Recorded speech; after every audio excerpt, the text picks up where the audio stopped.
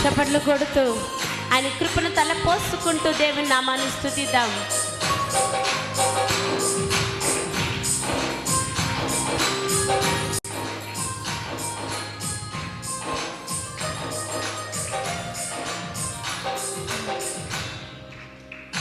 నీ కృపలే నీదే, నీ దయలే నీదే, శైలమైన బ్రతుకలేనయ్యా. నీ కృపలే నీదే, నీ దయలే నీదే, క్షణమైన బ్రతుకలేనయ్యా. నేనేమయ్యున్నను, నాకేమున్నను, కేవలం నీ కృపే. నేనేమయ్యున్నను, నాకేమున్నను, కేవలం నీ కృపే. యేసయ్యా, యేసయ్యా, నీ కృప చాలయ్యా. యేసయ్యా, యేసయ్యా, నీ కృప చాలయ్యా. నీ కృపలే నీదే, నీ దయలే నీదే, క్షణమైన బ్రతుకలేనయ్యా. నీ కృపలే నీదే, నీ దయలే నీదే, క్షణమైన బ్రతుకలేనయ్యా. సత్య సాక్షి అనుదిన మన్నా ద్వారా మీ అందరికీ శుభోదయం.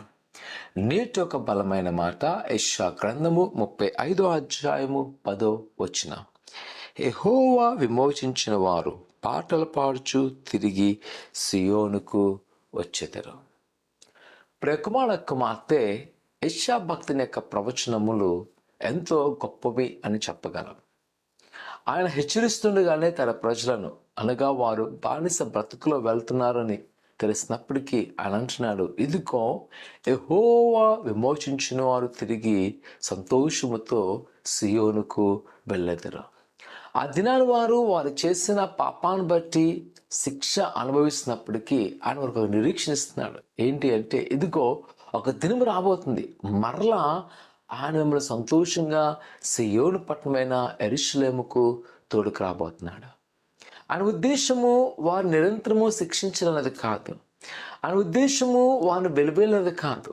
ఈ దినాల్లో కూడా కొన్నిసార్లు మనకున్న పరిస్థితులు, మనకున్న వేదన, మనకున్న శోధన మనల్ని ఎలా చేస్తాయంట, దేవుడు నన్ను నిరంతరం శిక్షిస్తాడని కాదు. ఆయన శిక్షించడానికి నిన్ను పిలవలేదు. ఆయన రక్షించుకున్న దేనికి అంటే నేను నిత్యమైన సంతోషాన్ని కలిగించడానికి. కాకపోతే మనమే ఈ లోక ఆకర్షణకు పడిపోయి దేవుని దూరం అవుతుంటాం. అయినప్పటికీ దేవుని యొక్క వాక్యం తెలియజేస్తుంది, ఆయన మనను బలపరుస్తున్నాడు, ఆయన మనకు సహాయం చేస్తున్నాడు, ఆయన మనను ఆశీర్వదిస్తున్నాడు. ప్రియకుమార కుమార్తె, ఈ ఉదయకాల సమయంలో దేవుని యొక్క వాక్యంతో నేను హెచ్చరిస్తున్నాను, ఇదిగో ఆయన నీకు సంతోషం కలుగు చేయబోతున్నాడు. నువ్వు మరలా దేవుని సన్నిధికి ఆనందంగా రాబోతున్నావు. నీ దుఃఖాన్ని బట్టి, నీ వేదన బట్టి కలత చెందక, ఆధైర్యపడక, ఇదిగో ప్రభు నీ పట్ల గొప్ప ప్రణాళిక కలిగి ఉన్నాడు. ప్రార్థన చేసుకుందాం. పరిశుద్ధులైన దేవా, నీకు మాటలు మీరు జ్ఞాపకం చేసుకోండి. నీ దైవాశ నింపండి. వారికున్న వేదన, వారికున్న శోధన యేసు నామమున విడుదల చేయండి. నీ కృపాక్షములతో నింపుతూ వర్ధిల్లింపచేసి నీ బలమైన హస్తములో బలపరచమని యేసు నామమున తండ్రి, ఆమేన్. అని నమ్మకించండి. ప్రభు నీ పట్ల గొప్ప కార్యం చేయను గాక. ఆమేన్.